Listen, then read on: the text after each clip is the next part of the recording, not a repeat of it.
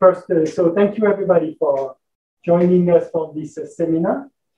The French Center for Research on Contemporary China is a part of the network of 27 French research centers supported by the French government. The CEFC was established in 1991, so this year we will celebrate with 1 year delay the 30th anniversary. So there will be a series of events on Hong Kong. So this one is the first one on intangible heritage. So please follow the news on social networks and on our website.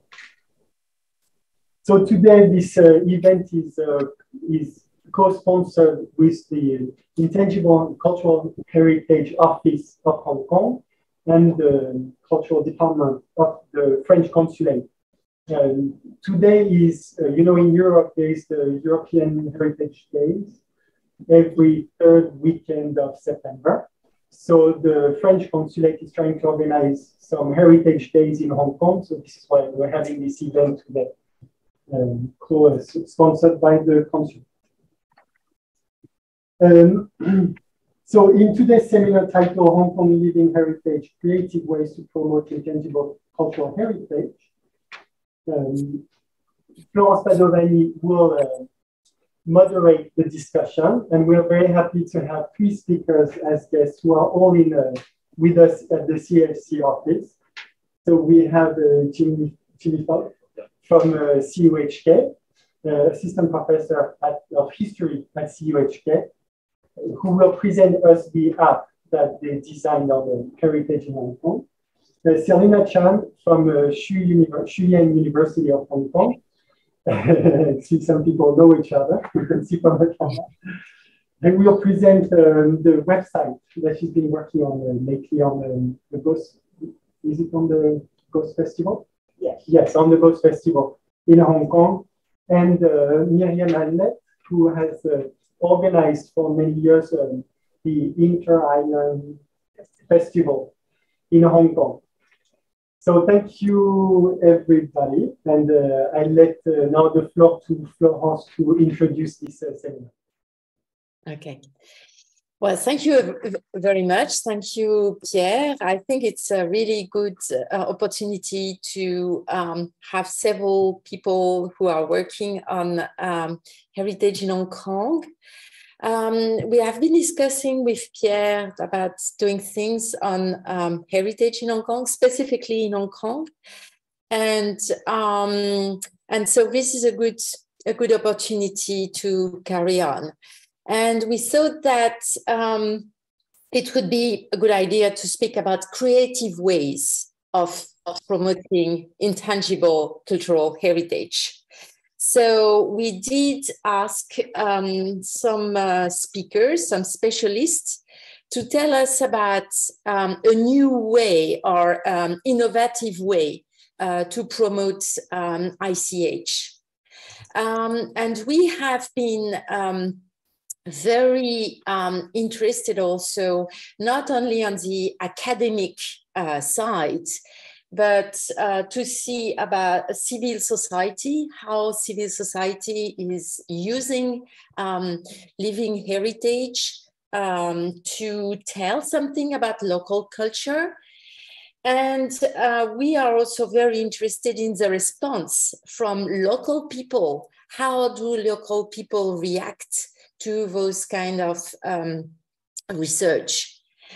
So I'm really happy that so many people could come and join you at the CEFC office on Saturday. First, because we are after COVID, so it's nice to be all together and to speak together. And also it's so far away, HKUST, so it's really nice of you to come from different points of Hong Kong.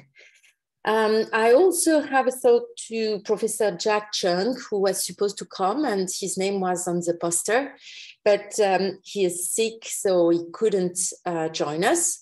But as you will see, the app Take on Hong Kong, which will be presented by Professor Fok. It's a group work, and so he's going to tell us about this project, which is not really a project because it's already on.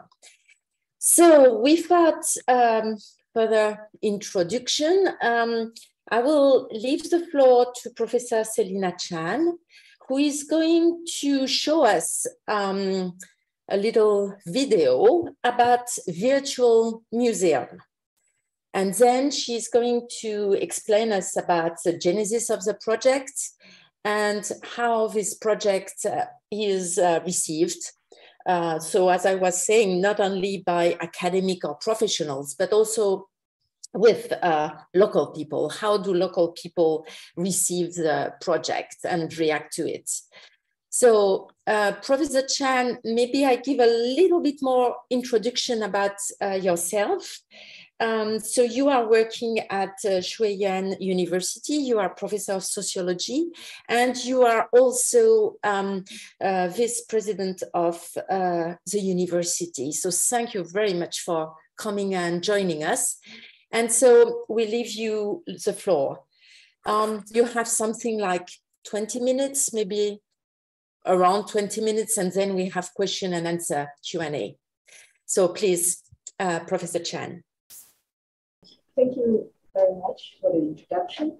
And today I'm going to show you the phase one product of my work.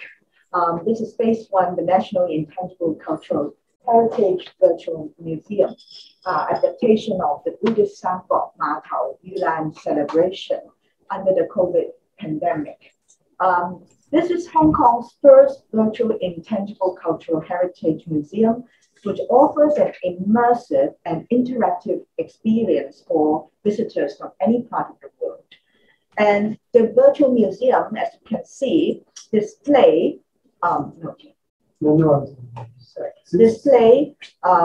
newspaper, photographs, animations, comics, a 3D model of the Yulan Ghost Festival, and also a 3D model made by photogrammetry, and the 360 panoramic space of the festival produced by ultra high definition 8K resolution. So this is the technical part. So the museum was actually constructed by me, an anthropologist, together with IT experts, and is grounded on my research since 2012. And the purpose of this museum is to transfer knowledge based on humanities and social sciences research through digital innovation and technology. So it aims to promote public education and enhance the public understanding of the Hong Kong communities and cultural identities. And I have to acknowledge ICHO office for the funding to support the promotion. So I got the funding to promote the festival as an ICH item, and part of the deliverable is the virtual museum. But I have to say the office does not give me any guidelines on how to do the museum, and they have no idea what it is until it comes, right? And there are three ways to enter this virtual museum, phase one virtual museum. First one, visitors from any city of the world can use Meta VR device, Oculus, to enter the museum after downloading a free software, Space VR. And the second way is that visitors can download a free program, Space VR, from their home computer to enter the museum. And so, but of course, this is not so immersive. If you wear an Oculus, it will be really an experience. But you can use your computer to enter the museum. So visitors enter the museum can choose their own outfit and create avatars in the museums. And visitors can talk to each other, wave, take selfie in the museum. But the number of people in the museum at one time is limited to 30 people. Otherwise, it gets too crowded. The third way is visitors can enter the virtual museum at the VR cave in Hong Kong Shue University. But if you enter the museum in the VR cave, there's no interactive part. You just stand there and see. So this is how it looks.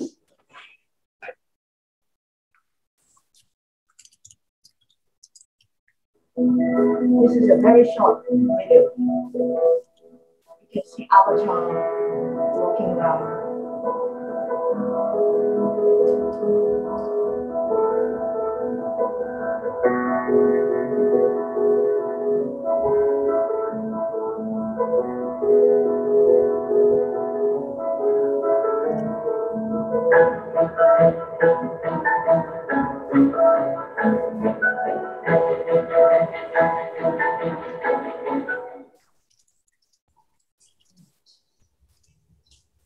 And this, you can see, I show on the left, the picture is in the VR cave at the university. So people can go very close to it and they feel that they are in that particular location. Right? They almost feel that they could pray and kneel down and pray. And they can walk inside and go very close to those holy shrines. And on the right-hand side, you see people can enter the virtual museum by wearing Oculus or go to the computer and you can see people, avatars walking around.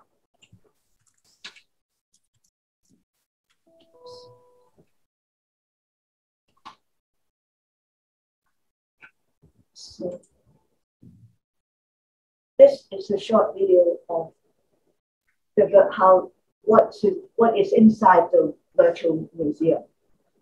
The instruction, if you are using Oculus, so it begins with a brief description of the historical origins of the festival, and I actually asked someone to draw the comics and old pictures from the history museums and old newspaper.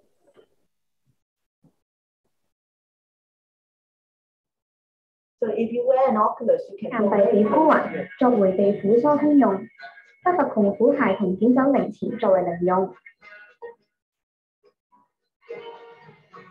二50年代廣東道街坊燒衣，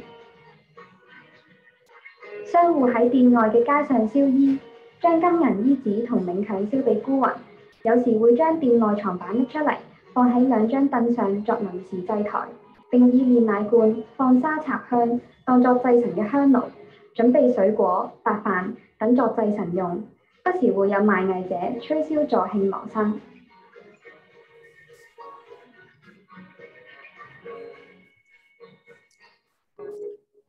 街坊喺地上畫圈放置祭品，示意物品係俾特定嘅過世親友，亦會用煉奶罐當作孤魂爐，插香祭幽。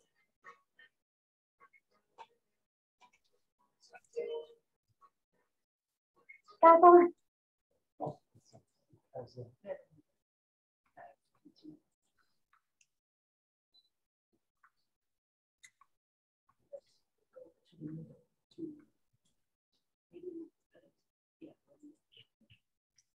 親友亦會用煉奶罐當作孤魂爐，插香祭幽。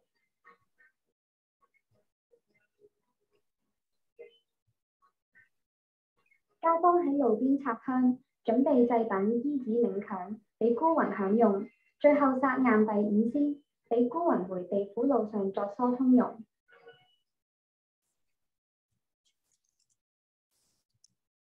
盂蘭盛會嘅宗教意義：一、市民喺街邊燒衣。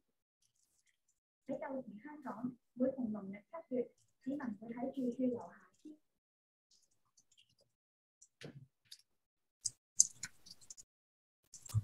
You can see in the 60s and 70s old photos in 三個碼頭 near 西環。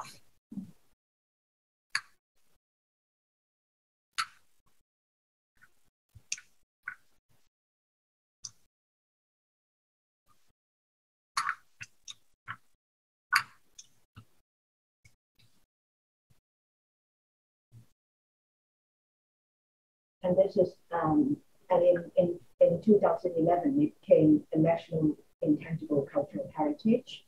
So basically historical review and tell us about heritageization.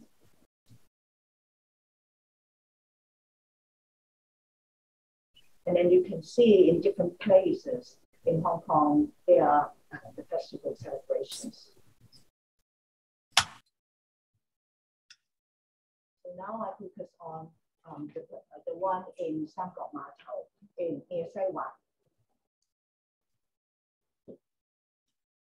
These are the pictures. I think probably around 2015, 2016, 2017. So try to introduce what it means. And currently, I only have a Chinese version. And in phase 2 or phase 3, I may have the English version. Then I moved to what happened under the pandemic in 2021. This is a 3D model made by photogrammetry. You can enter that, and audience most of the time they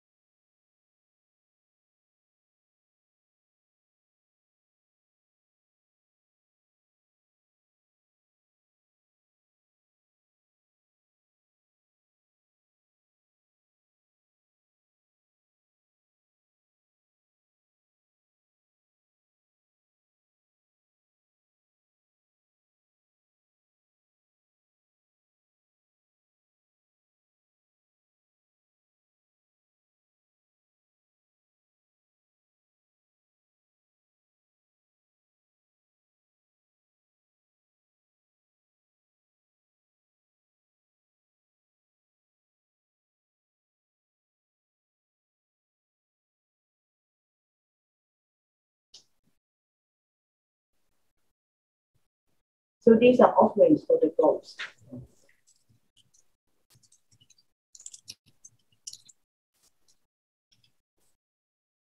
The altar set up by the locals, and these symbolizes for God.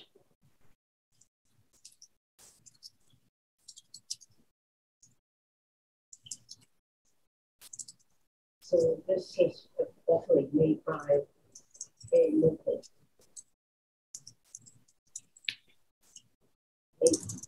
This is sugar.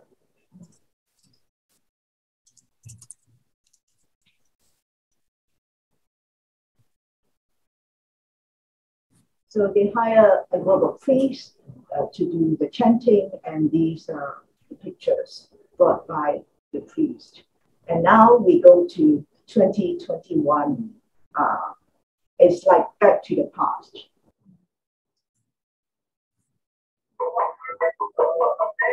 Again, you feel that you're immersed in the festival. You see people walking around, you can hear the sound, and you can't spare it. So most people enjoy this part, and they like to touch this picture, selfie. And at the end, as usual, like most museums, I show some QR codes. So if you want to know more, you go and see this and that. It includes some other related work that I have done, like more comics, more animation, a documentary, 30 minutes documentary, and some short videos.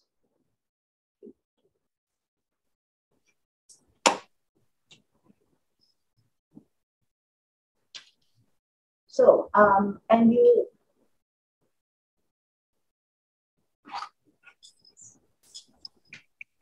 and this part, you actually saw this in the virtual museum, a 3D altar, but you can also try to see this 3D model from the website. And actually, it's the best to view it on the handphone because you can see it from every angle by just clicking. And you see, you can see this upside down and temporary bamboo scaffolding structure. And you don't normally have this occasion to do it. So people really enjoy that. And you can click numbers, different numbers, and see what is it. You can control it. So people like this part.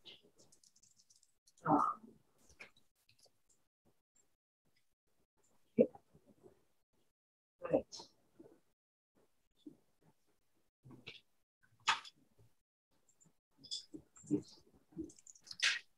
So in addition to the museum, I also made a 360 video which illustrates the neighborhood where the celebration was held. Because when we talk about ICH, it's very important to see people. Who are the people who performed that? But because we don't have time today, I'm not going to show it here. But so with this video, I put down some illustrations so people can see what is it about and why people in this community would like to perform these celebrations. And if you want to see the virtual museum again, you can always click the QR code. Okay, so maybe I still have a few minutes. Sure. Right, a few minutes. So I would like to say something about the process of constructing this virtual museum.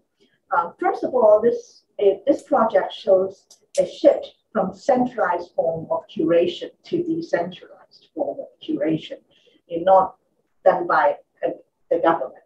It's done by an anthropologist together with some local practitioners. And I brought in the voice of the practitioners because I know these practitioners for years. So I interviewed them many times and they gave me the data and I used their data to create animations and comics. So what you see about the animation, you can see those are the stories actually told by them, but I use visual images to show the audience, the general public, what is it about. And in the process of creating those animations or comics, I actually showed them the draft from time to time and to see whether it's accurate. So it's an interesting experience because most of the time when anthropologists study a group of native, they write about that and the native never get a chance to read their own stuff. But in this occasion, they see my work and from time to time, I consult them and see whether they agree with this kind of interpretation. And also, when I created the documentaries, I interview them and I show them the draft and see whether it's correct and whether they're happy with that. So, so quite interesting. And I find the process empower the local practitioners. I tend to blend practice and research. And the second reflection is that ICH is a complex and fluidic tradition. I try to show unity and diversity. Right. The historical part show tell the public what this festival celebration was like. But then you could see even recently it was quite vivid, and then I sort of show the celebration during COVID. This is quite different from the conventional narration because usually people would like to show the best, the most magnificent celebration, but I'm not doing this. I'm showing them how people adapt, how people manage to do a very small scale of celebration. And of course, I think I can do more to illustrate that part. So in phase 2 of my virtual museum, I'm trying to highlight this point further, try to give readers a good understanding of ICH is not static. ICH keeps changing, and it's up to people to interpret. And it's really up to them because it depends on how much resources do they have and whether government allows it or not allows it. Okay, and the third part, you could see that I actually connect artifact and intangible cultural heritage. when we talk about intangible cultural heritage, in this case, it's festival performance, but I also show some artifacts because they are connected to each other, but also community people. At the moment in the museum, we don't see people talking yet. In phase 2, I'll put people's voices. And in the 360 video that I didn't show you, that is about the community. So I explain who are the people who do the celebration. So, okay, after I finished this phase 1 museum, I show it to the public, and including the museum curator. So I think quite interesting. The first is that most of the time people will like it because they find it something, they find this is new, right? This is new and young people like it. Old people may have difficulty adjusting the Oculus, but most of the time they feel that they appreciate it. And also with this virtual museum, people access to this from any part of the world, and the festival is no longer for the localized community, it's for a community, internet community, right? I use technology to educate the public. But you can see in this virtual museum, there is no curator telling you where to go. I made it deliberately. I don't want to lead the participant. In most museums, when they curate a virtual museum, you could see someone lead them the route. I want to give the public a choice. If they want to see this and enjoy this part, and they can spend longer time. And in fact, some people actually got back to me and said, yes, I like this because I can see the newspaper clearly. In the real museum, I'm afraid that I'm blocking someone because other people are coming. So for this, I can read as much as I can read in detail. I think that's about it. Maybe I can continue later. Sure. And there will be questions. Thank you, Professor Chan. Florence? Yeah, maybe I'll ask one question and then I leave the floor to some questions in the audience, maybe. I don't see on my screen, I don't see anybody asking questions by writing a message. So maybe some questions will come. So don't hesitate to, for the ones who are in front of their computers like me, don't hesitate to write in a message, to write a question. And then we can ask all the questions at the end if we didn't see them before. So thank you very much, Professor Selina Chan. It was very interesting and as you always say in both cases, very stimulating, but truly stimulating, I think, because it's innovative. So you really fit the topic of this seminar. I was just wondering if you have got some statistics you could show us about how many people went and have a look in your virtual museum. You said maximum limit was 30% a day, but since you started up to today, how many people got a chance to enter your museum? And I was also wondering if when you say that you had a good feedback and the public, but who is the public? Are they mainly neighbors or people who are used to go in person to the celebration? Or are they people who are just curious and they didn't know much about Yulan celebration and they want to know more? So just an idea of, are they used to those Yulan celebrations or are they kind of new to it and attracted by the new technology? Okay. Two questions. The first, can everyone hear me clearly? Can you hear me clearly? Not so clear. If you could speak louder or maybe, I don't know, where is the microphone? Okay. For the first question, how many people? I'm sorry, I don't really know. But this is first phase one. I think we only have under 1,000 participants at the moment, because I haven't really promoted it a lot. What I have done is a public launch through an NGO, CEFC, right, Conservation Association. Okay. The museum curators from the ICHO office all came in a separate session. They actually knew about this and they want to see it. So around 40 museum curators actually came, and even AMO museum curators also sent their group to see the museum.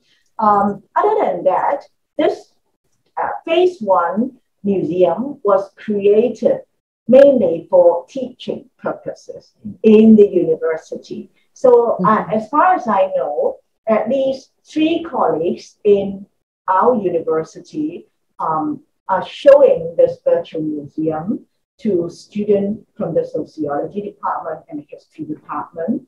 And they could be used as a tool for understanding authorized heritage or understanding Hong Kong culture and society. So, right, that's about it. And the second question about who are the participants? Well, the participants are predominantly people who live in the neighborhood near the Sai Ying Pung area. Okay, or they used to live there, but then they moved away. So they came back for the festival. So it's really a communal thing, a localized, a celebration voluntarily organized by the people in the local community for this century, for this 2 decades at least, okay? And since decolonization, I can see more and more cultural lovers enjoying the festival. So I can see cultural lovers taking cameras on rituals. Okay. Okay. I don't see any question on my screen. Maybe we can take just 1 or 2 questions. Oh, yes. I see Mr. or Mrs. Wong, who is raising, hand. Could you have a question? Yes, may I make one suggestion first? Because when you are talking and you are playing the video and we can't really understand what you are talking about, we can listen to what you say. That's what I want to mention first. And thank you, professors, for your sharing. And I have basically 2 questions. And you talk about how curators are missing in the venue. So I was wondering if audience want to have an interaction or conversation or to know more about what the artifacts, who can I talk to? And the second thing is, can you clarify what you mean by local identity? Because I'm not sure if you're talking about Hong Kong as a whole or the neighborhood, the district as a whole. Thank you. Okay. We take a second question maybe, and you answer both of them, and then we carry on to the next speaker, please. So Veronica Mack, you are raising your hand. Can you repeat the first question? Sorry, I didn't get the first question. Oh, okay. Sorry. We go back to the first question. Please. I think he disappeared. I don't see him on my screen again. Matthew? Yes, Matthew, please. Can you but I don't see him. Yes. He seems to have left. Yes. Yes. Please. Yes, we do. Can you repeat your first question? My first question is, how can we understand, what if I want to have interactions with I want to know more about the artifacts, because there are so many museums, they provide those services for interactions. And my second question is, how can we understand the local identity in your context? Okay. For the artifacts here, just brief description here. because we use the free software or space. Therefore, you are not allowed to pick it up and put it down. No such interaction is allowed. For the second question, we'll answer later, is it?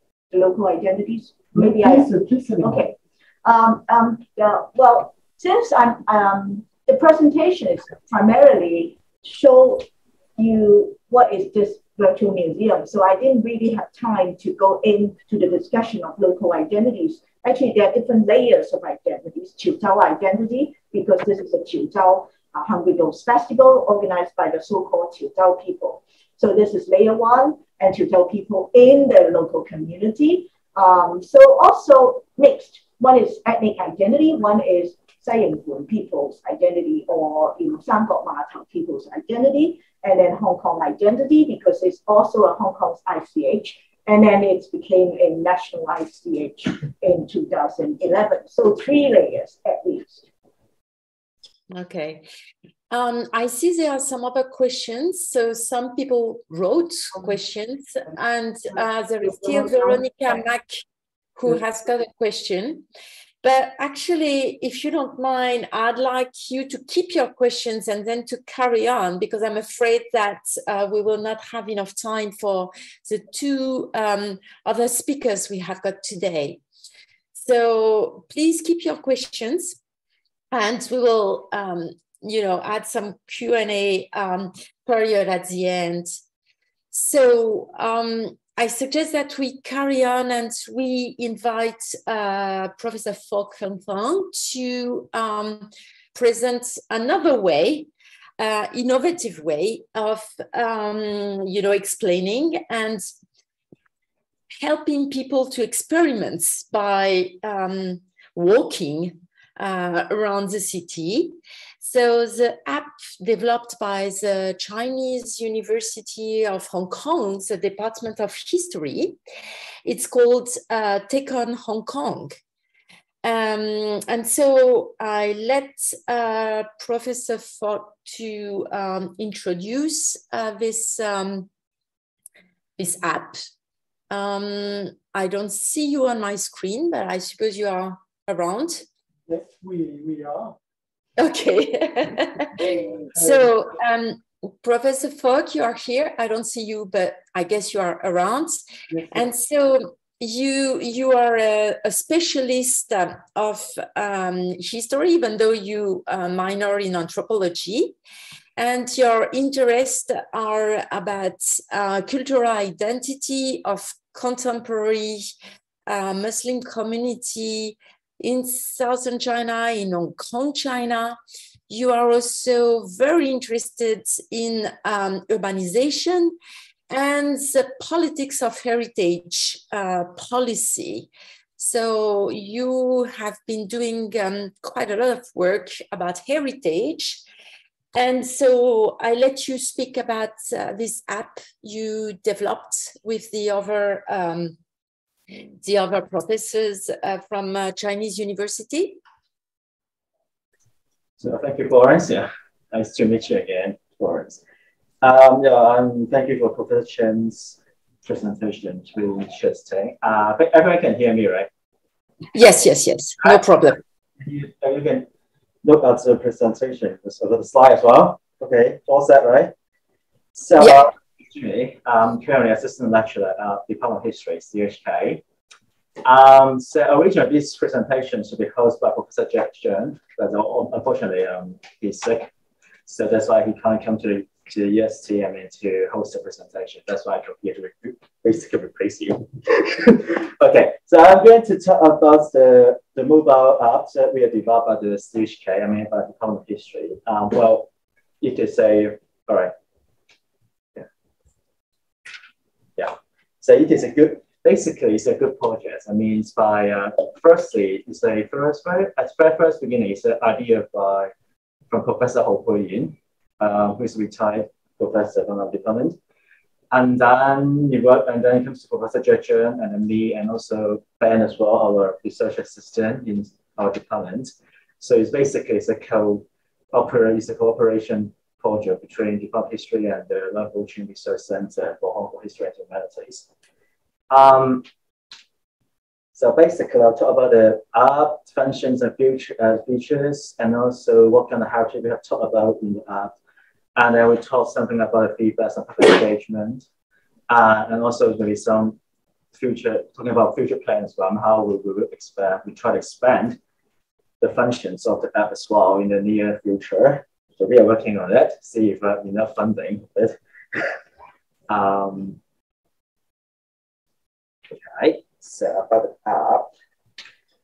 So basically what we want to do was, I developed in 2019 at the first stage of this app.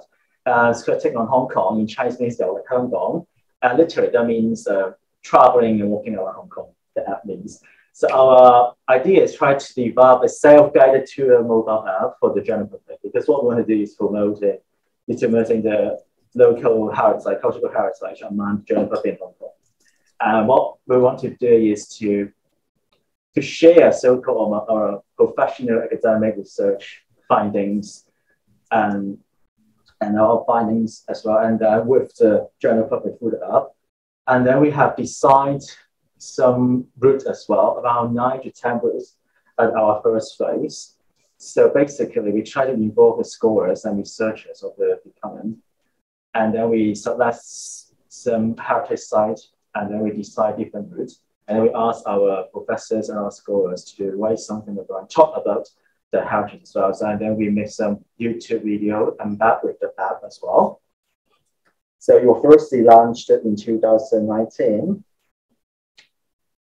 So yeah, we have just a brief there as well. Yeah. So basically, is to integrate academic research with both tangible and intangible aspects of daily life as displayed through the art. And then we try to, the ultimate goal is that we hope the public can download our app and then use the app to walk around the city on themselves, the ultimate goal.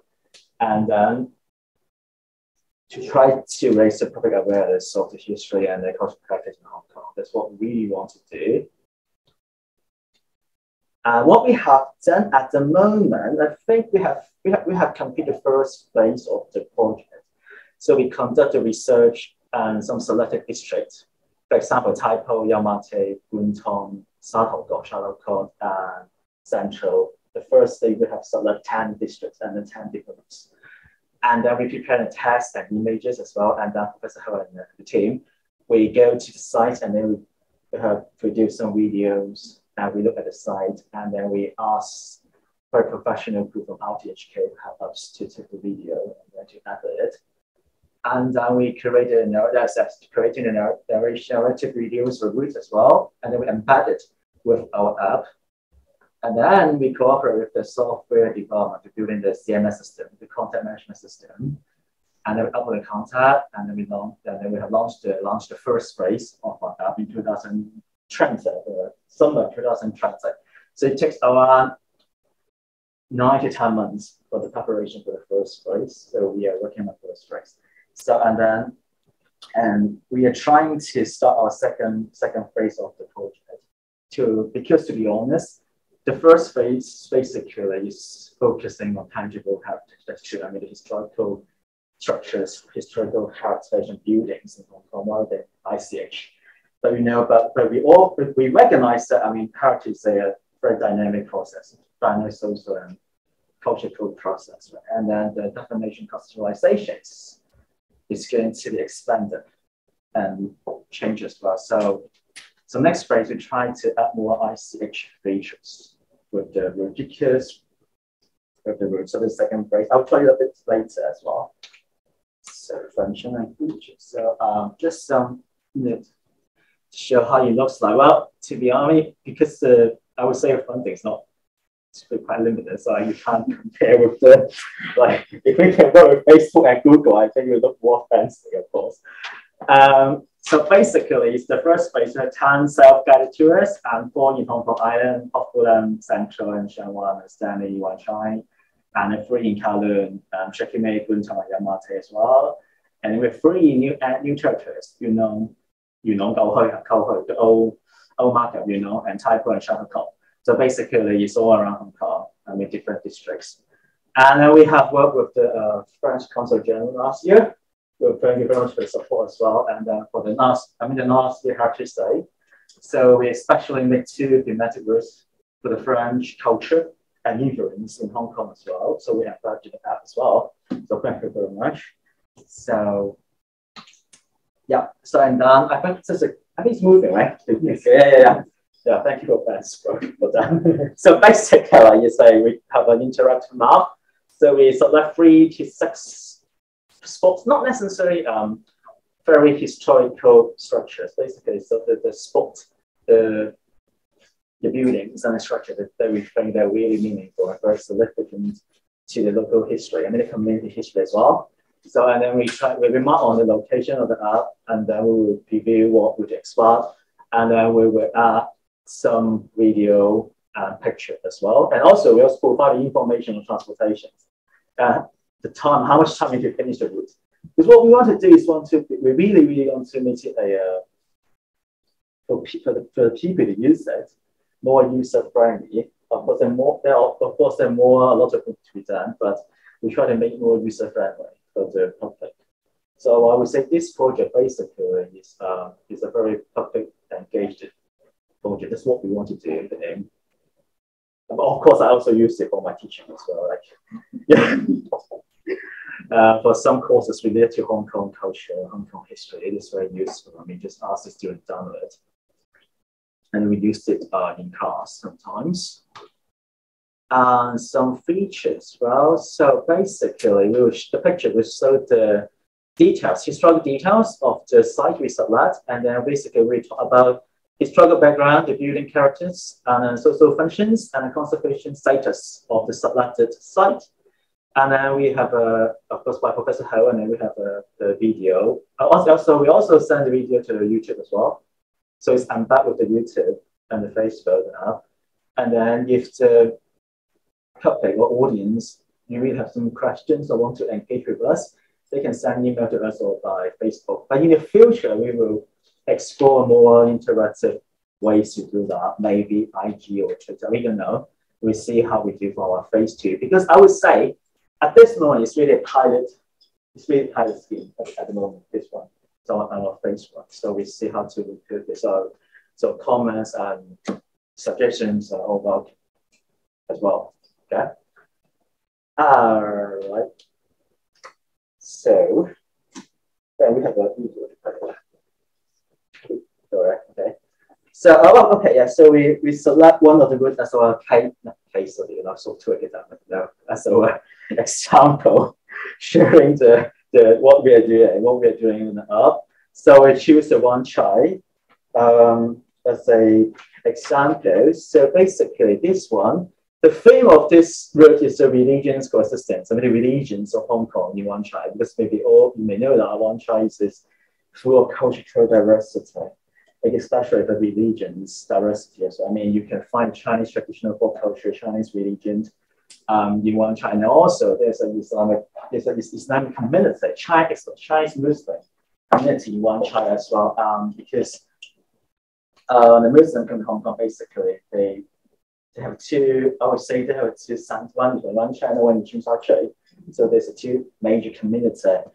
Muslim community. So one's in Wan Chai. So there is the Islamic Center Mosque, and then we have Sikh as well. And also, so that's why we try to combine with them the one route to try to ask the people, to the public, to walk around Wan Chai and to appreciate the different religions and their cultural characters along the route as well. So we have a right. Thanks for one. I'm so sorry about that. Because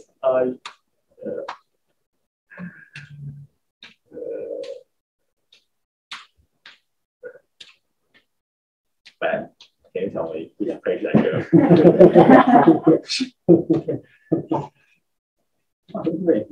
I'm so sorry. I will answer to someone yesterday. So sorry for that. So another case study is typo as well. The frame of this traditional Chinese marketplace on the British colonial route as well. I mean, we select old district office, the North District, Taiwan market, and the old Taiwan market train station. What we present is how the traditional Chinese marketplace is being developed, even during the British colonial rule as well. And so basically to show the cultural diversity of Hong Kong. I mean, it's a combination of both Chinese and the British culture. Okay, and secondly as well, that one is interesting. Basically what we want to do talk about is the industrial heritage in Hong Kong, because Shakime and some show posts it was the industry area of Hong Kong, especially in the post-war period, 1916s. And so and then also the housing history of Hong Kong as well, because if you look at the history of Hong Kong, they usually put the public housing, let's say, along with the industry area, and they can provide cheap and sufficient labor to the industry development. So basically, some kind of examples that we are doing. What to do the up? So we have a green right now. I think I'm trying to show one of the thing that we embed with the app. Yeah, so this one is this. You have to share. Okay, this one. You share it and just share the sign and then we can. That's what we do for the online teaching. All right, so this room is our cooperated with the Florence General Council General last year. There's one of the examples. It's a bilingual one. Yeah, so we can play that. Just to make sure. Yeah. Yes. Can you see the video, Florence? Yes. Okay. Sure. So.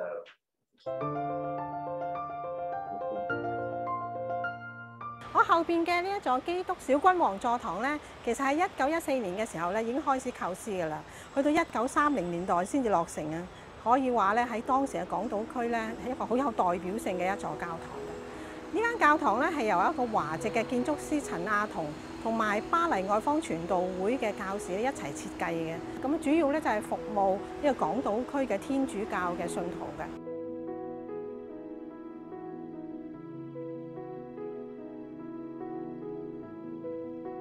我哋就可以知道咧，其實沙爾特聖保祿修會咧，喺呢個香港島嗰個服務咧，係包括咗醫療、教育同埋咧呢個宗教信仰嘅。呢一座建築物嘅特色咧，你望落去咧，佢就會有一種希臘羅馬古建築風格嘅。咁呢一個地方咧喺戰爭嘅時候咧，曾經咧就係喺45年4月4號咧被轟炸過，有7個修女咧，同埋有50個孤兒咧係喪生嘅。呢個可以話咧同香港 個整體嘅發展咧，嗰個關係咧係非常之密切。我哋要知道咧，法國嘅天主教教會咧喺香港島咧，佢哋嗰個影響力咧就係喺19世紀一直咧去到今日嘅。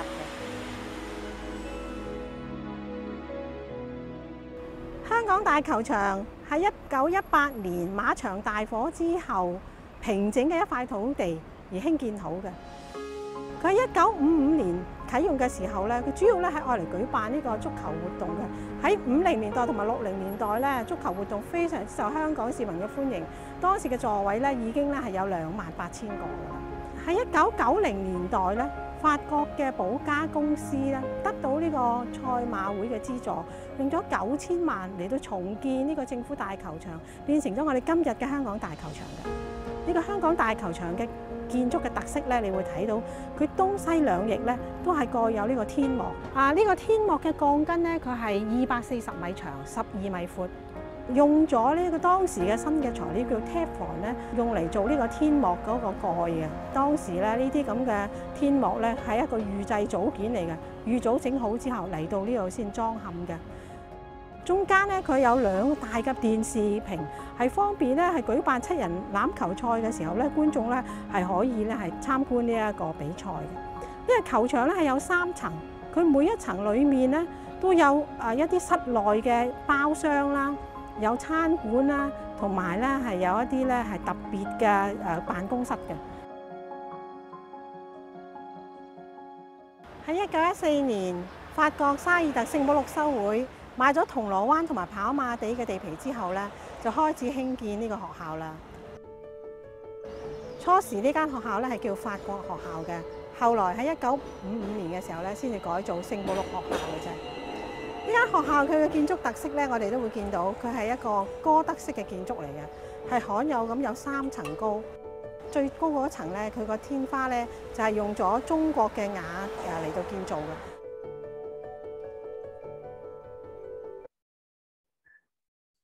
So basically, it's just an example to show me what we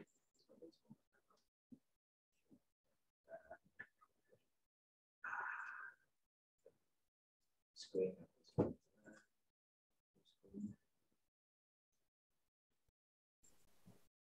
Yeah.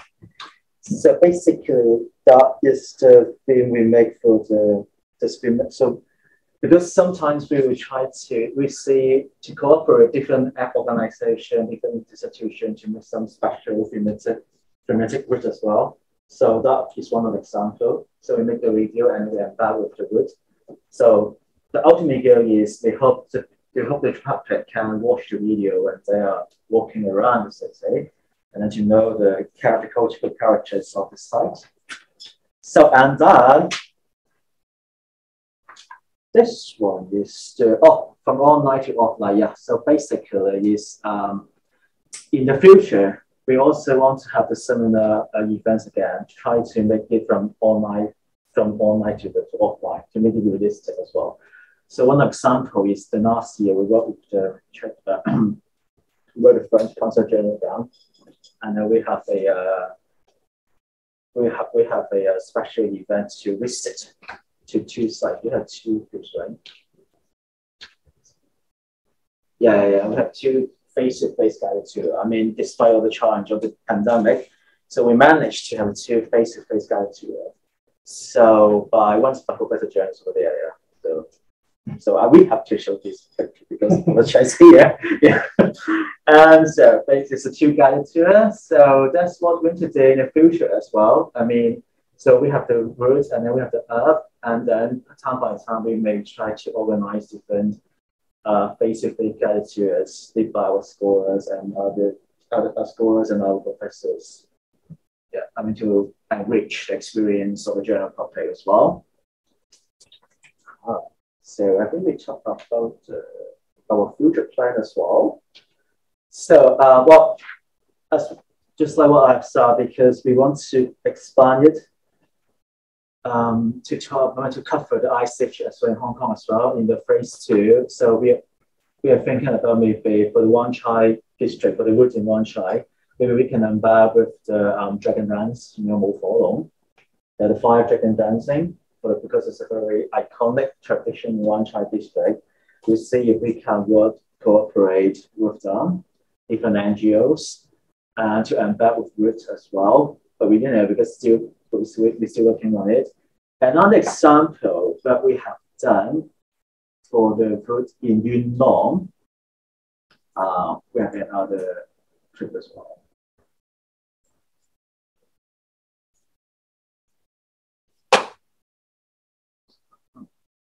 Yeah. Yes.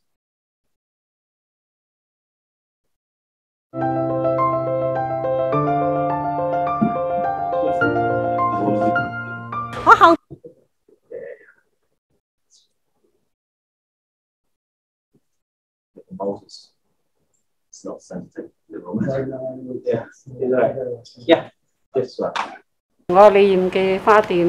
It's a fireplace in Yunnan.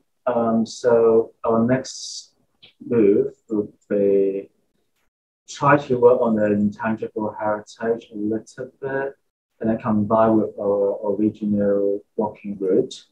For example, this one is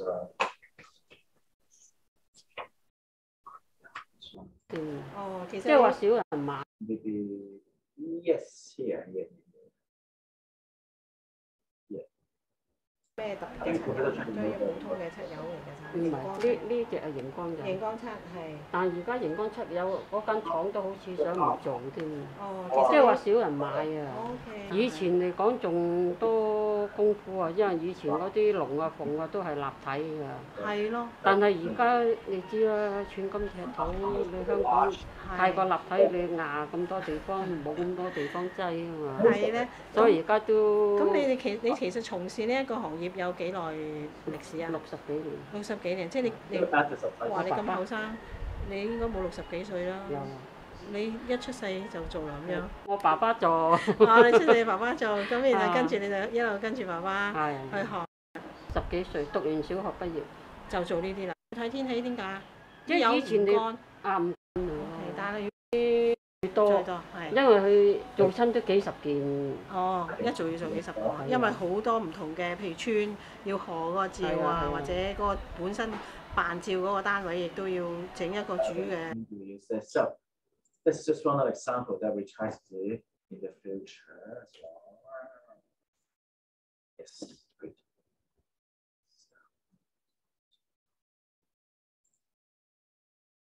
Screen.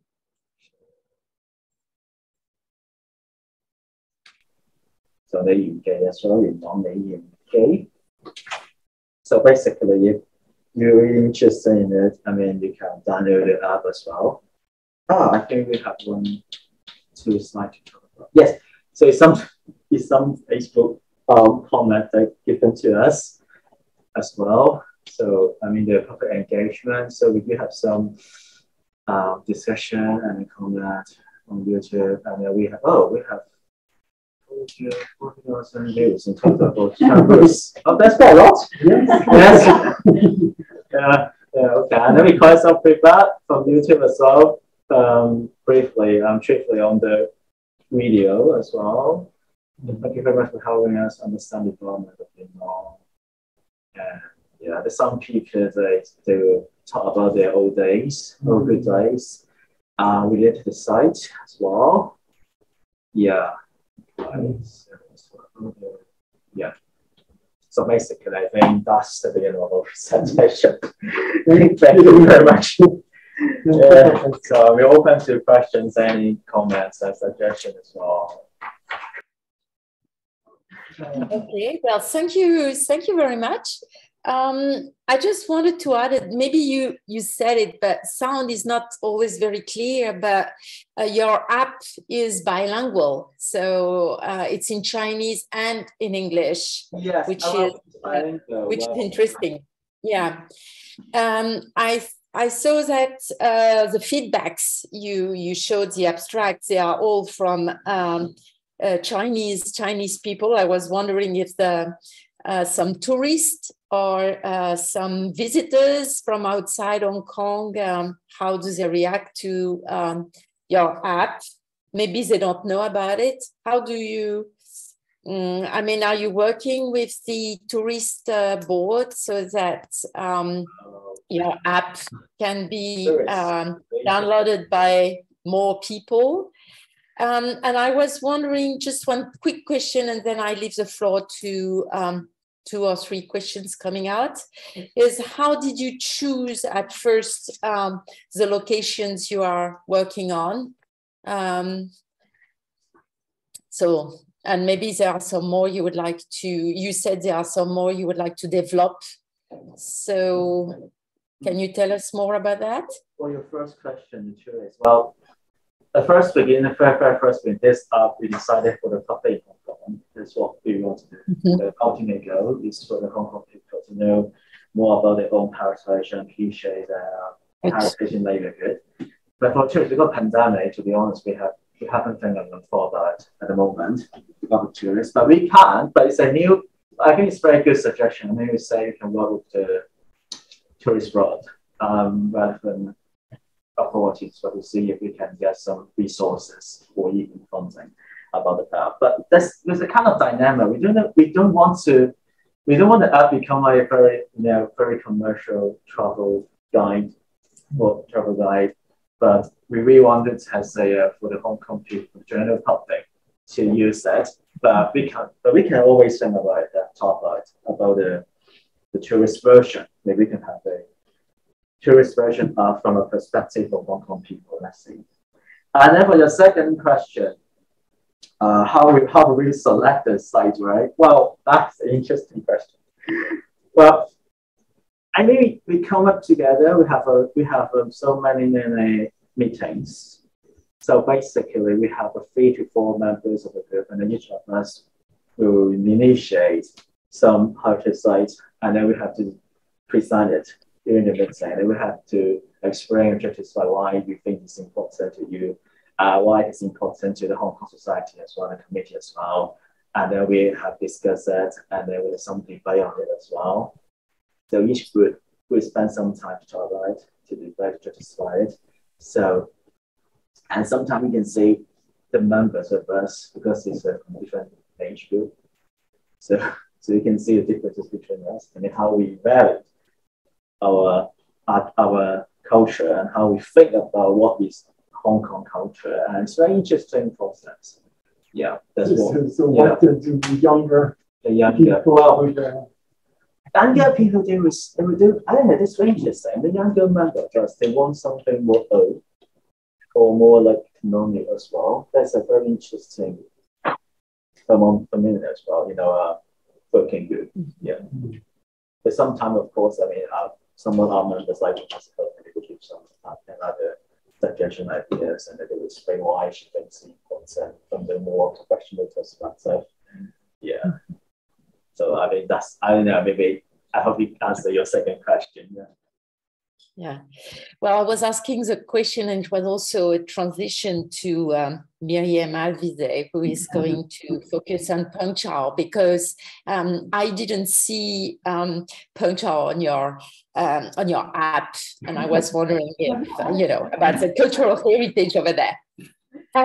Just before I turn to Myriem, I'm just checking on my computer. I don't see any question online. Maybe there is 1 or 2 questions in your room, in the office. Is there anybody attending the meeting who want to ask a question to Professor Fok? Sorry, Pierre? Yes, there is a question from Anita CK. Okay. She's asking, so she's saying okay. the app looks very interesting and very informative. And she's asking if everything is bilingual. Well, both, I would say half of them are bilingual. So because at the first stage, it's most of them in Chinese, obviously. And then we have started translation work on it to make it a bilingual app. So I think 4 to 5, the roots are bilingual.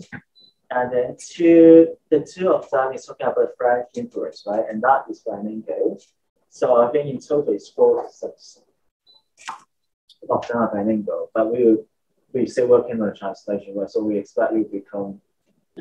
Thank you very much. Yeah. So I think we will finish translation work in the near future. Yeah. Thank you. Okay. Maybe one more question, if there is one in your office. Anybody in CEFC who wants to ask questions? No? We just wanted to ask, how long did it take to make the app? How long did all the process. Speaking about the different spaces, and so how long did it take? The first phase design the contact and the fieldwork and the video productions. I think it's around 9 to 10 months of first phase. So I would say almost a year. Yeah, for the first phase. Yeah. The second phase? We don't know. We're still working on it. Hopefully in the next year, 2023. Yeah, because it can be quite complicated, especially when it comes to the CMS content management and there's some technical issues that they have. Yeah, it takes time. So yeah. Yeah, thank you. Thank you. Okay. So maybe there's a short question from Professor Mark. Very short question. Okay, sorry, I didn't see. Each year, the Chinese government posts a list of intangible heritage, including certain lists about the items in Hong Kong. And you are also working on certain part of the judgment of what is heritage, cultural heritage in Hong Kong. So, what do you think about this relationship? Well, I would say, yes, because the ICH, what we are going to do at the moment is we see if there any space of possibility of our current which then we have designed to combine with the ICH, for example. So that's why I thought about the five events in Wan Chai and also the fireplace in North and maybe and also Bun Chai in Yuma as well. That is the issue we are looking at it to try to combine it with different district boundaries at the moment. But what we have to talk about is a more like complicated issue. Florence also asked the question about the judgment criteria, about which kind of list will be considered to work with to make a certain promotion of things in terms of cultural. Yes, that's true. That's why we always think about how to make it more open the process. But maybe in the next new phase, we'll maybe ask the people to really have some kind of a public consultation. Maybe for the first more brief online, etc. To see maybe we select 4 or 5 different rules or examples or suggestions, ask people to talk about it. So maybe we can learn that in the next phase to be more open-ended and more engaged process of the heritage selections. But yeah, thank you for your question, suggestion, everyone. Thank you very much. There is a QR code because there is a question on the service.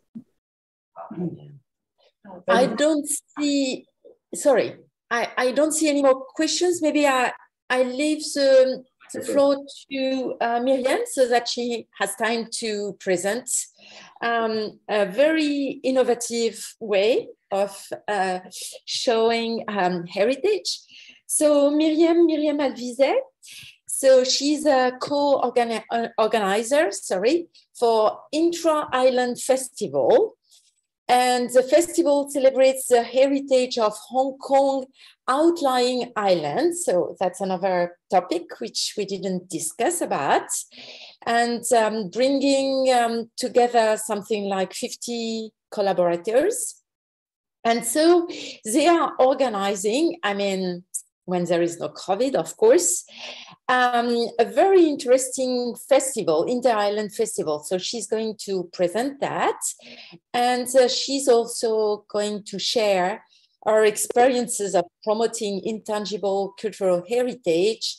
And also, I suppose, the feedback. So how local people are reacting to this festival and how they are involved in it. So Myriem, you have the floor. Thank you. Thank you, Florence. So yeah, I will talk about the Inter-Island Festival and move the focus a bit outside Hong Kong and into the outlying islands.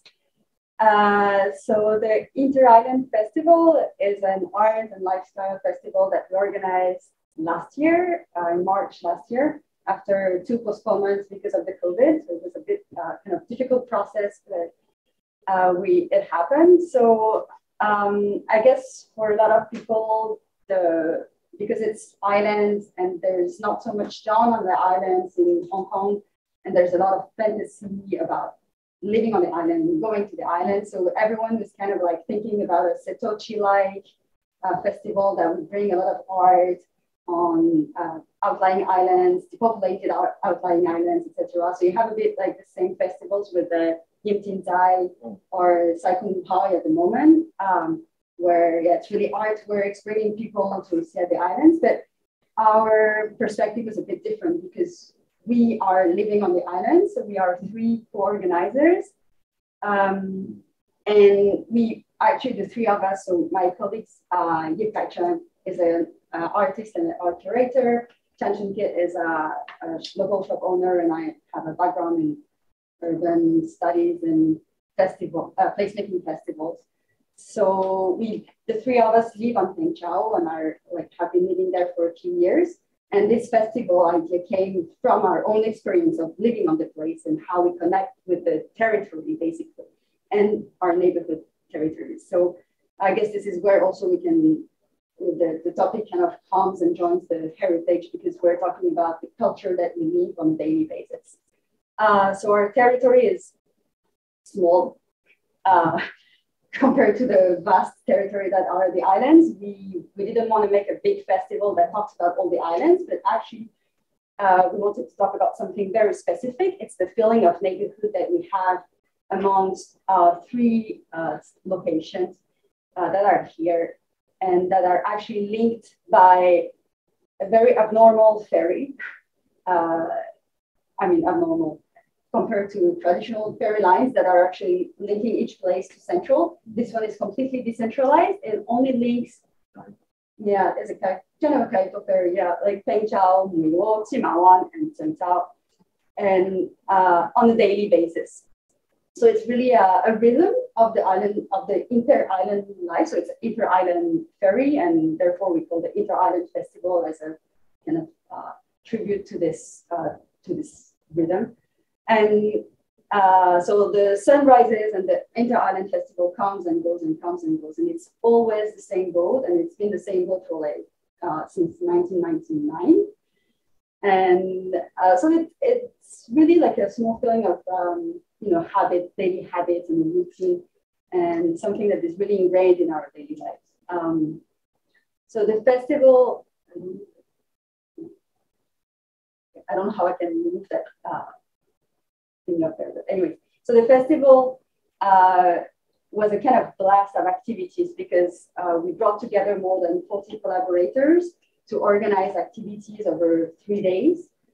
So it's more than 50 activities on all 4 locations, and very different types of activities. I will maybe show a small short video that will introduce this better than me speaking.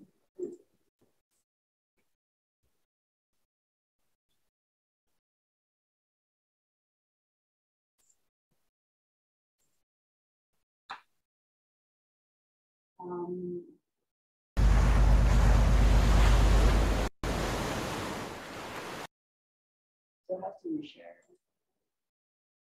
Can you see the video? No. So 1 second. Yeah. Now you can.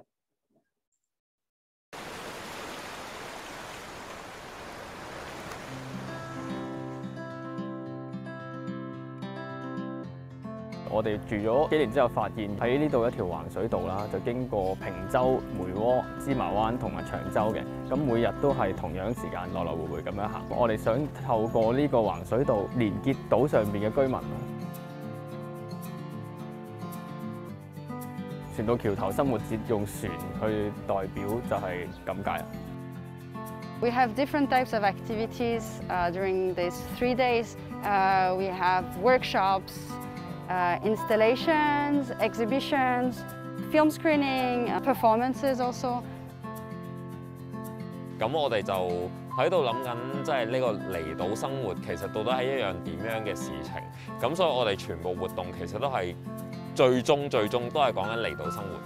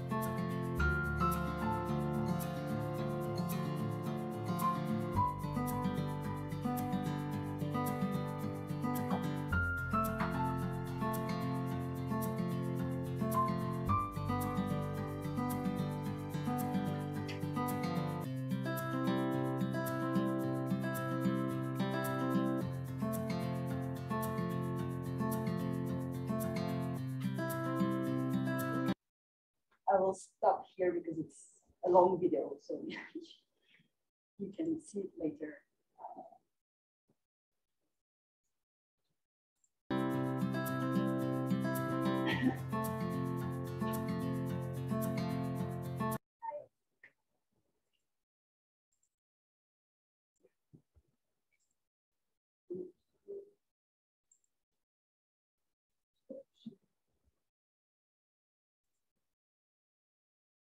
So yeah.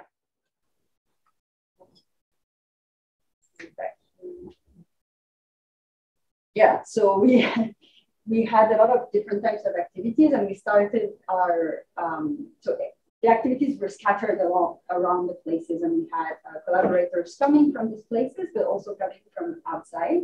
So we had a mix of like participants that whom we asked to reinterpret the life on the islands, or to talk about the life on the islands, or how to reinterpret it.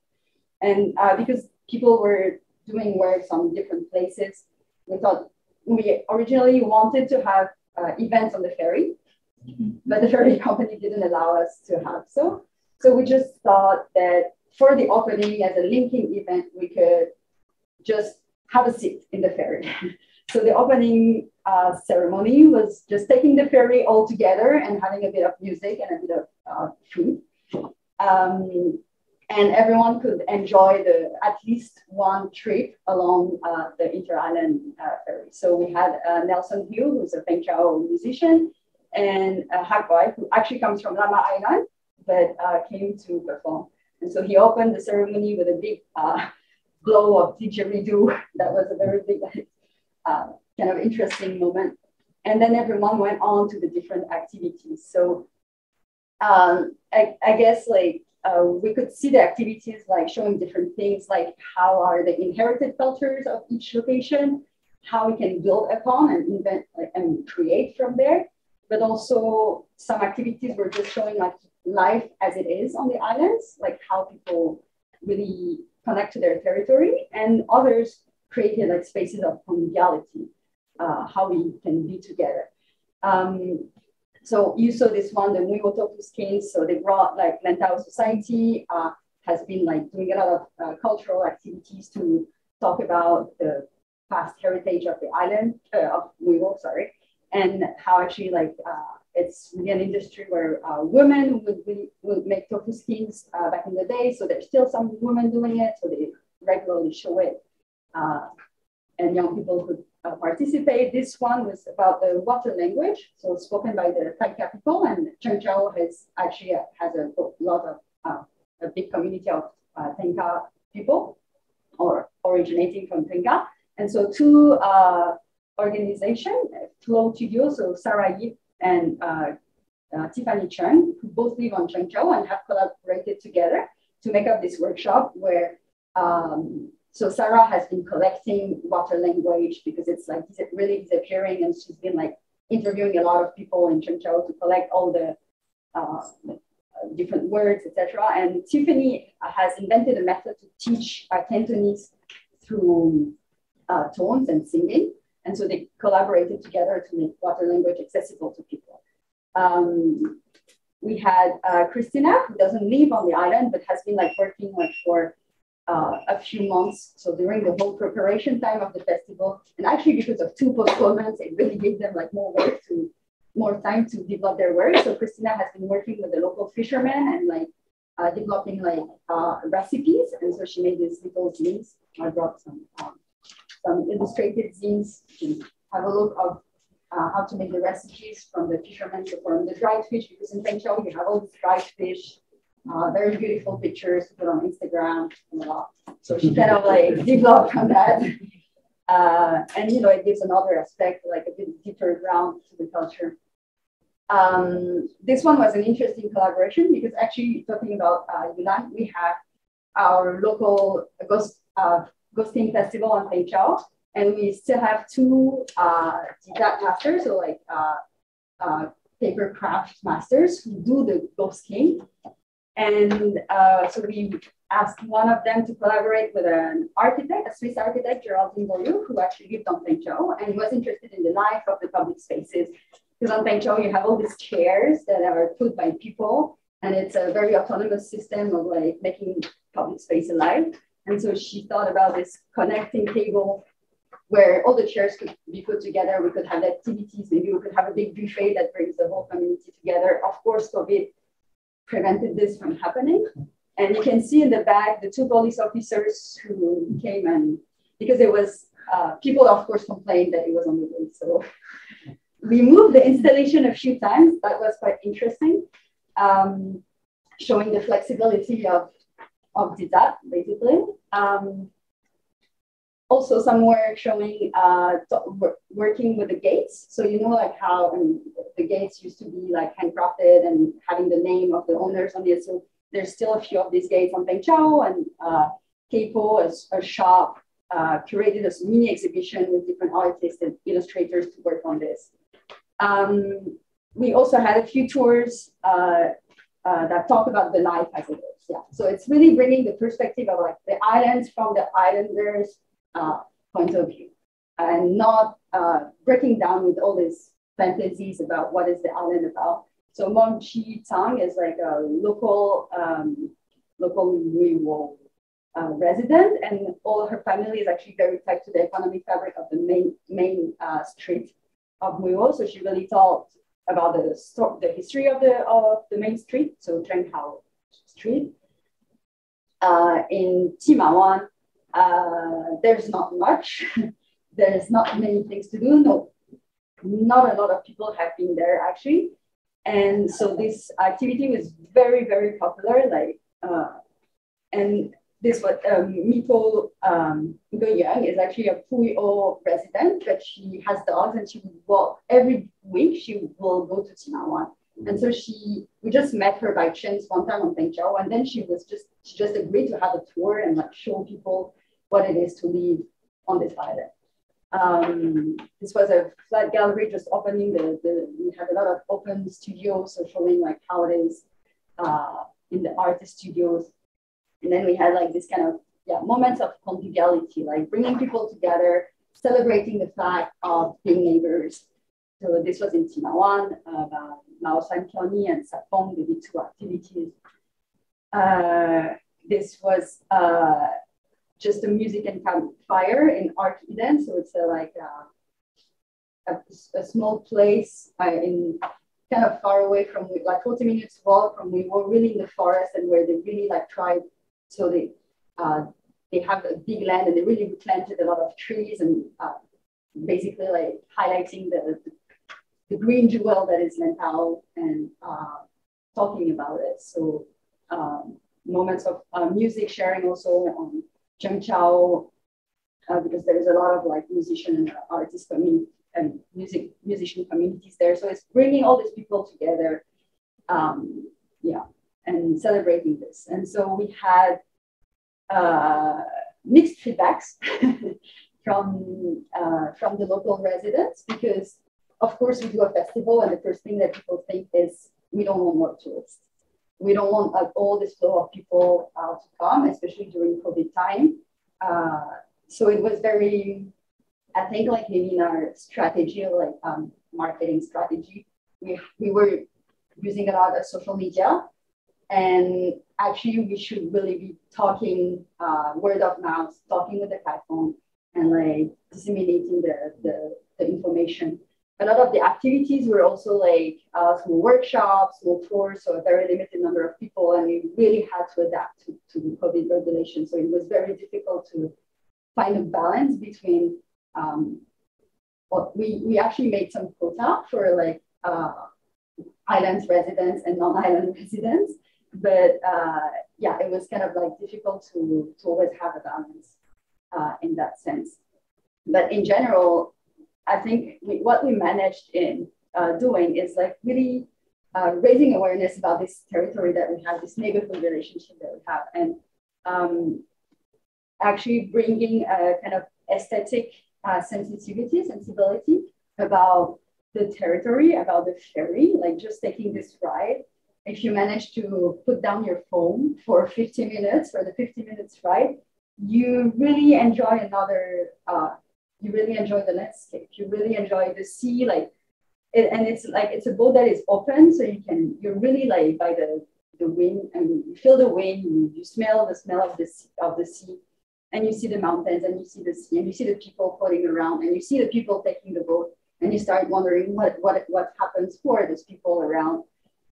So of course, sometimes like it's beautiful, it's like, it looks kind of majestic, but sometimes it's a bit more gloomy, or in the evening, yeah, it's like very nice views. But it brings also more sensitivity about like, who are the people living on these islands? And we start looking at small details of the island life. And we also start going out from the urban-rural divide. We're always constrained by this, but when you take the inter-island ferry and when you go on the islands, it doesn't make sense anymore. You go to Cheung, it's like so dense that you cannot say it's not urban, but in the same time, it's not the urban it's not the modern urban, right? So we're not in the generic developmental narratives, we're on another thing. And so we start like connecting with each other and seeing like what makes us together, what brings us together, and we have this feeling of sharing like this alternity, like we're the others in comparison to the urbanized people. How do we also resist people's fantasy about the islands, people's will to make us urban? And so we managed to get together and start like thinking, we have our own lives, our own way of living. What is it? How to define it? So the Cheung Fatai, we actually tried to use it for making our open call. So there's also like a local master who will write all these notice boards. And so we thought it's so natural to have one for the Intangible Festival. And one thing that we discovered when we were doing all these visits on the sites is, if you have an event happening on Cheung, you have to have a fatai, but like the biggest one, right? If you don't have a fatai, your event doesn't exist on Cheung. I'm not talking about this one, but so that was quite interesting. We were planning to have a big fatai, and then because we canceled like multiple times, in the end, it didn't really work out. So I guess our event didn't happen on Cheung. But we were really like trying to connect and have like this more human feeling, but also an ecological sensitivity, because on this territory, we really have like another touch with nature. So our videographer could experience it. And some workshops played on this. Actually, this like Garling Lai did a workshop on like looking at the trash on the beach and then making some silk printing out of this. This was in art then again, like bringing the kids to re-explore this link to the nature and how this is actually part of our daily lives.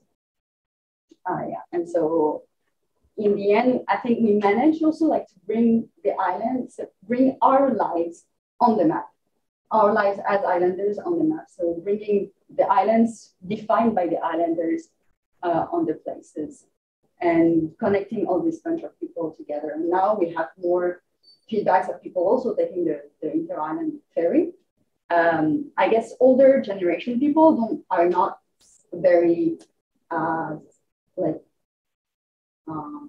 sensitive to what we're saying, but younger people, especially the people who move to the islands, and they are the people who kind of like can change the face of the island, right? Because they're the ones who come with coming from the urban city, and you come with your own needs and your expectations. And by showing this kind of like different life that you can have, like you can try to influence them and to maybe think, okay, maybe we can have this and different island life than what we fantasize about. So for this, I think we could manage to talk a bit to these people. So sorry, I was a bit long, but okay, thank you. Thank you. Well, thank you very much. So very, very interesting to see another way of promoting heritage. I was about to ask you about your what kind of experience would you would come out since the first festival up to now, Did you change some activities or people involved? Are they changing? Are there more people coming in? And linked to this question, I see there is another question, which is this inter-island festival held periodically? When is the next one? That's a question from Anita Lee.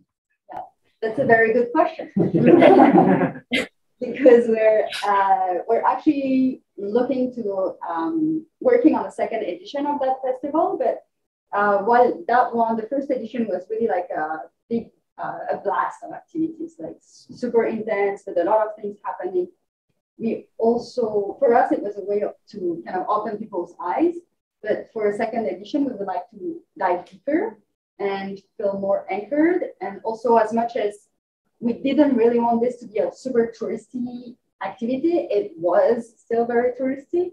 And we want to talk more about the local life, engaging the local. So this means the project is kind of will change in shape, but in the same time, it takes a lot of time and money, which we don't have. I mean, we're trying to like get some fundings to, yeah, it's quite difficult. So this is also something we're trying to figure out and like try to learn from maybe like local festivals that happen with the local money and like how you can be self-sufficient. I mean, not necessarily self-sufficient, but how you can have this kind of events, because it's supposed to talk to the locals, right? So like why you always need to like import money from like other organizations to make this happen. So we're kind of in this thinking period, trying to figure out how to do. So ideally, we would like it to happen in 2023, so next year. But like maybe in 1 year, not just in a few months. Yeah. And sorry, what was your first question, Florence? Well, I was asking about the conclusions, but you partly answered my question, which was since the first time. So are there different activities, or do you think, are you involving more people than before? But you partly answered my question, I suppose. I want to read the other comment. It's not a question, it's a comment from Anita Lee, who was asking the question about the next festival. She said, I used to live in Pengchao for more than 10 years. Would love to see more of this kind of activities held to promote the heritage on the islands. So this leaves open to more festivals on some other islands. So maybe you can extend to some other islands also. Yeah. I think it's been like going on, and like even in Nuevo, like now Nuevo, you have a Land Education Foundation, and they have like one group called Good Old Soil that actually like started organizing a lot of events to talk about the like agricultural culture of the town. We're trying to do some activities also on Pengchao, and on Pengchao has also like they have also a lot of activities happening. So I guess it's not all linked together, but this is I think this is the very interesting thing, is like how to link all the territory together. But Lama also has had a festival recently. So I think there's something coming and like going on. And what is interesting, it's coming from the islands also. So it's from people who are living here and who want to share the culture. Yeah. Okay. I don't see any other question on the computer. Maybe there are some questions over there. Are there any participants who wants to raise question? No? Okay. In that case, there was another question for Professor Selina Chan. It was about money, about finance.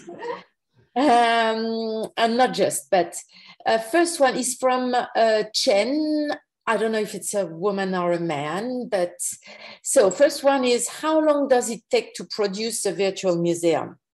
Second one is, how many persons were dedicated in the virtual museum making? And the third one is about the cost of the Yulan virtual museum project. Okay, how many people? I myself, and I have an RA, and then we have 2 technicians, and that's it. The technicians, they are not working full-time for my project. Basically, they receive funding support to enhance the teaching in the university by using technology. So because of this QESS project, we hire 2 technicians, and the technician is involved with different projects, and part of his time is to help with this project. So basically 4 people. And how long does it take? Around a year. The cost, I have no idea, because I don't know how to count those 2 part-time technicians' contribution. But I do pay another person to do the animation, comics, right? Again, a student, right? Mm-hmm. Well, maybe we can extend this question to Professor Fok. How long did it take you to produce your app? Well, I suppose it's more than 1 year because it developed slowly. And it's a group. It's Chinese University History Department as a whole, which has been involved in this project. But how many people this group? And the cost, do you have an idea? Well, that's the course. Well, we take for the first one. I mean, it's a pilot scheme. I mean, for the first one, the app development, it takes around a year from idea, and then become the app. So 2019 to 2020. So we spent almost a year to design and develop the app. So how many people? So basically, it's like 3 to 4 of us. You're thinking about working on the app, and of course we have some kind of a large scale board meeting with other professors and scholars. But it's very just, but most hands-on are basically by me.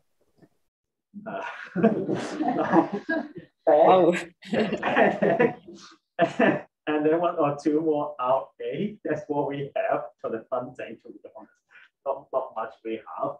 So because we ask, of course, we always ask for comments, suggestions, and information from all our professors, all other scholars. But it comes with us. So writing the tests, taking the photos, etc. Basically, it's free to 2 of us. 2 to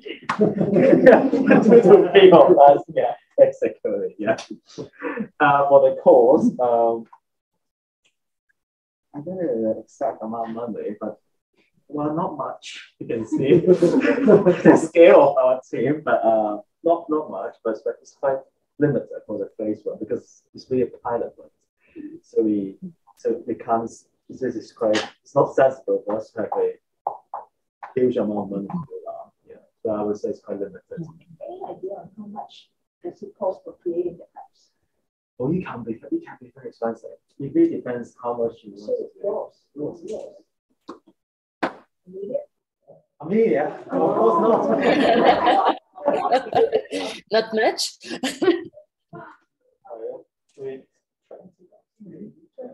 Something like that, yeah. Sorry, how much? We didn't hear.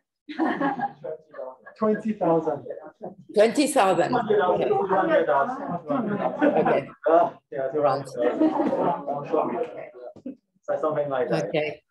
Okay. Because you can see the design is not very fancy, not very beneficent.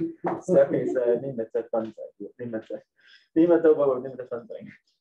Yeah. Okay. And what about you, Myriem?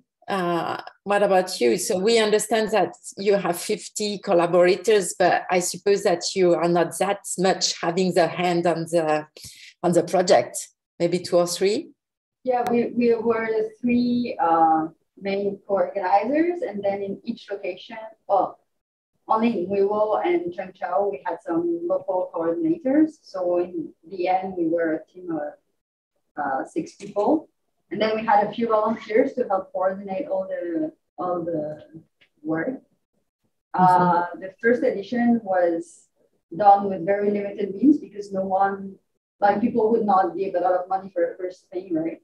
A lot of the people of the collaborators participated for free. So when we did the open call, we gave also like each project a very small amount, like a small envelope, like some people had 10,000 to do like a small project. So you can really imagine like it cannot be a big arts festival, but sometimes it was much less. So, and people participated for free. So. How many times have you organized? Just once. Just once, the 2020. Yeah, 2021. Yeah, it was supposed to be in 2020 and then like postponed twice. So it's really like a long time of. Mm-hmm. And if I understood well, today you are kind of asking for some fundings, or if people want to donate for your festival, is it? Yeah, sure. Okay, so if there, I don't see any more questions on this screen. I don't know if there is one last question in your office. Is there anybody who wants to ask a question? If not, I don't see anybody. Okay. So if not, maybe we are going to end up here. So of course we did extend a little bit, but it was really, really interesting. And I really appreciate that you came and on a Saturday morning. Thank you very much. And I think you showed that it's possible to speak about heritage in a new way. There are some innovative projects that can be carried on, developed, and maybe you gave some ideas to some of the people participating and who wants to create their own virtual museum or their apps, or who want to participate in the festival. So I hope it will give lots of good and positive energy to everybody. So thank you very much. Enjoy your weekend and hope we can get in touch soon. Thank you. Thank you very much. Thank you for everybody for joining this seminar, and thank you to the speakers and to you, Florence. Have a good weekend to everybody. So there's one last question. I don't know if we have. There's a question that comes at the moment we say goodbye. It's a long question. But it's an interesting question. So okay, super fast. For you, Jimmy, will the app integrate more personal experience? Yeah, that's a very good idea. I mean, it's personal history. Personal experience. Well. I think maybe integrate some all history elements of the app as well. I mean, so maybe for next phase of our app, maybe we can invite the people living in the community to share their first-hand experience. I think that is a doable option or suggestion, but we have to look at it. But it's a very good suggestion. I mean, the perspective of the daily life for the people's experience. How about the second question? That people can fit in there. That would be great. I mean, if we launch out the next phase of the app development, we may make a call for the crowdsourcing the old photos and then also the crowdsourcing for the interviewee as well. So it's another very good suggestion. Thank you very much. Thank you. Thank you. Thank you. Okay, so thank you. We end up here. Thank you very much. Bye-bye.